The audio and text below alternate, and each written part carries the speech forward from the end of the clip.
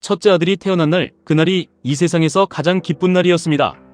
바로 다음날 저는 그토록 바랐던 큰 목표 하나를 달성했습니다. 세상을 진짜 다 가진 기분이었습니다. 1년 6개월 동안 인내하며 달려온 결과였기에 기쁨은 이루 말할 수 없었습니다. 그리고 정확히 이틀 뒤 저는 지독한 우울함을 느꼈습니다. 원하던 것을 다 가졌는데 기쁨보다 다음 걱정이 더 크게 저를 짓눌렀습니다. 이제 다음은 어떻게 해야지, 여기서 성장이 꺾이거나 무너지면 어떡하지 두려웠습니다. 이 감정은 주식시장에서 우리가 겪는 감정과 완벽하게 일치합니다. 우리는 자본주의 사회에서 살아남기 위해, 그리고 더 빨리 부자가 되기 위해 투자를 합니다. 처음에는 QQQ의 안정적인 우상향에 감탄하며 투자를 시작합니다. 하지만 인간의 욕망은 끝이 없고 곧이어 수익금을 2배로 불려준다는 QLD로 시선을 돌리게 됩니다. 그리고 마침내 궁극의 3배 레버리지인 TQQQ를 만나게 됩니다. 이 TQQQ의 폭발적인 상승을 맛보고 나면 우리는 엄청난 도파민에 중독됩니다. 내 계좌에 찍히는 숫자가 커질수록 나는 더 완벽하게 행복해질 것이라고 굳게 믿게 됩니다. 부자가 되면 행복해진다는 그 달콤한 명제에 내 영혼과 시간을 전부 걸어버리는 것입니다. 하지만 결론부터 말씀드리자면 그것은 가장 잔인하고 완벽한 거짓말입니다.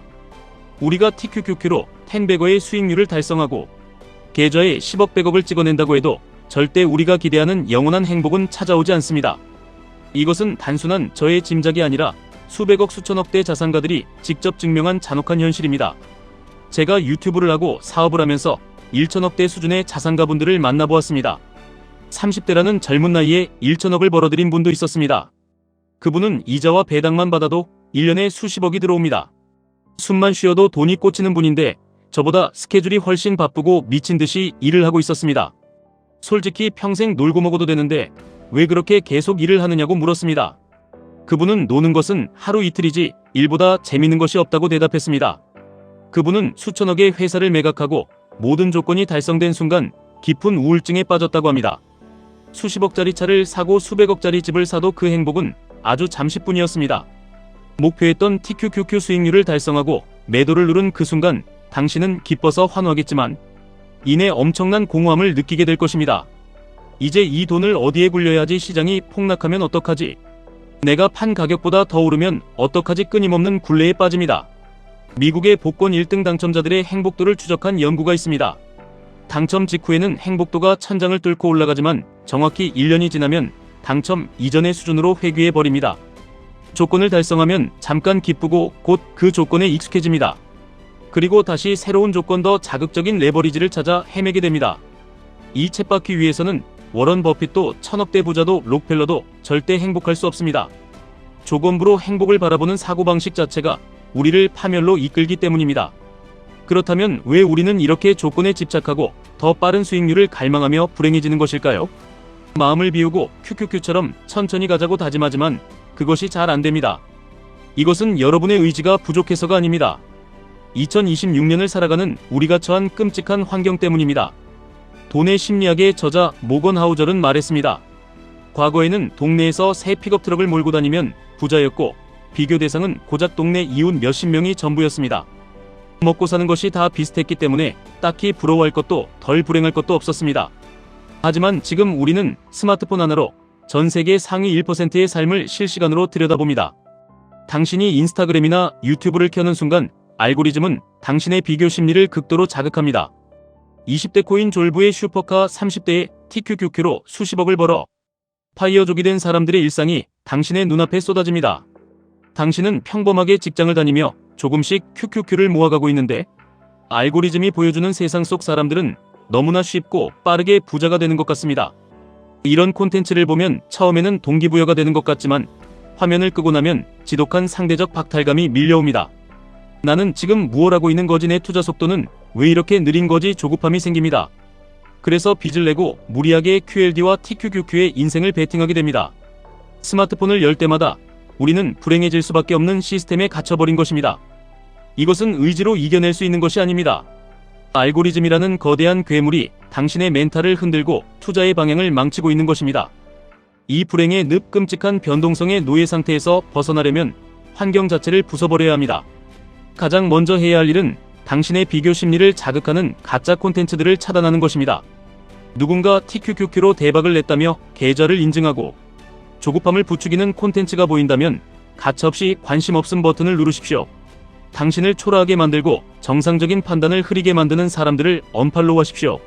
대신에 투자의 본질을 이야기하고 당신의 멘탈을 단단하게 잡아주는 유익한 정보에 좋아요를 누르십시오. 단 며칠만 이렇게 알고리즘을 재세팅해도 당신의 스마트폰 환경은 완전히 달라집니다.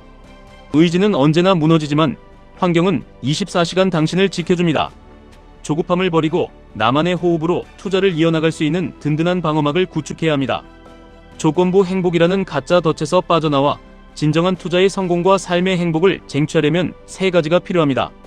제가 수많은 책을 읽고 자산가들을 만나고 인생의 위기를 겪으며 뼈저리게 깨달은 3가지는 바로 감사와 관계, 그리고 몰입입니다. 첫 번째는 감사입니다.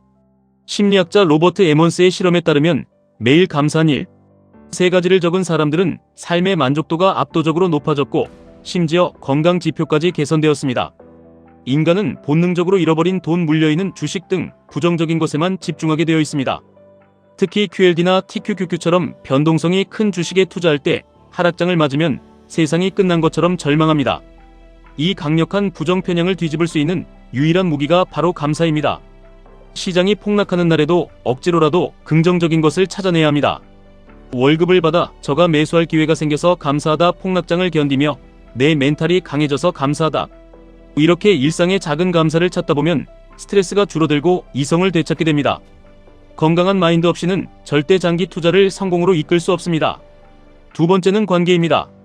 하버드 대학교에서 75년간 진행한 인류 역사상 가장 긴 행복 연구의 결론은 돈도 명예도 성취도 아니었습니다.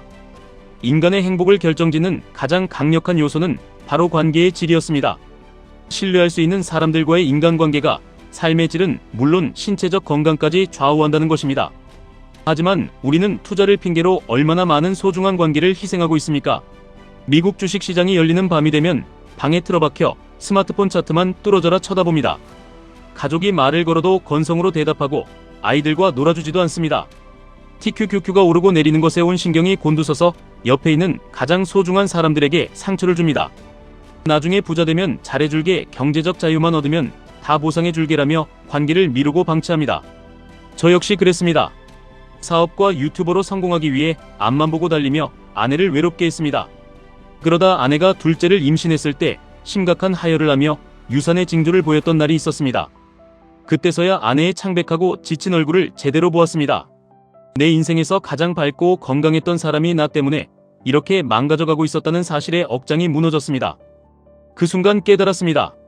내가 TQQQ로 수백억을 번다고 한들 내 아내가 병들고 가족이 파탄나면 그 돈이 무슨 소용이 있겠습니까?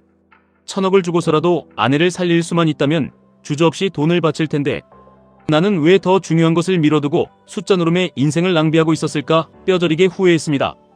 스마트폰 화면 속 숫자가 아니라 당신 곁에 있는 사람의 눈을 보십시오. 관계를 잘 챙기는 사람만이 투자라는 외롭고 긴 싸움에서 끝까지 버텨낼 수 있습니다. 세 번째는 몰입입니다. 심리학에서 말하는 플로우, 즉 어떤 일에 완전히 빠져들어 시간 가는 줄 모르는 상태입니다. 우리는 계좌에 찍히는 결과, 즉 수익률에만 목숨을 겁니다. 하지만 진짜 행복과 성취감은 결과를 달성했을 때가 아니라 그 결과를 향해 나아가는 과정에 몰입할 때 찾아옵니다. 고등학교 시절 기말고사가 끝나고 친구들과 땀 흘리며 흙먼지 날리는 운동장에서 미친 듯이 축구하던 그 시간. 시험 성적이 어떻게 나올지 아무 생각 없이 그저 눈앞에 굴러가는 공 하나에 온전히 몰입했던 그 순간이 내 인생에서 가장 행복한 시간이었습니다. 투자도 마찬가지입니다. 내 계좌가 10억이 되느냐 마느냐는 내가 통제할 수 없는 신의 영역입니다. 통제할 수 없는 주가에 내 행복과 감정을 걸어버리는 것은 100% 실패하는 도박입니다. 우리가 통제할 수 있는 것은 오직 과정뿐입니다. 나의 본업에 집중하여 종잣돈을 모으고 자본주의와 기업을 깊이 있게 공부하고 흔들리지 않는 나만의 투자 철학을 만들어가는 그 과정 자체에 몰입해야 합니다. 시장 상황에 일희일비하지 않고 묵묵히 QLD와 TQQQ의 수량을 늘려가며 나 자신을 성장시키는 그 과정에서 우리는 진짜 카타르시스를 느낄 수 있습니다. 어쩌면 당신은 이렇게 반문할지도 모릅니다. 그럼 부자가 되려는 욕심을 버리고 QQQ나 TQQQ 같은 투자는 아예 하지 말라는 뜻입니까? 목표 없이 그냥 가난한 채로 정신 승리나 하며 살라는 것입니까? 결코 아닙니다.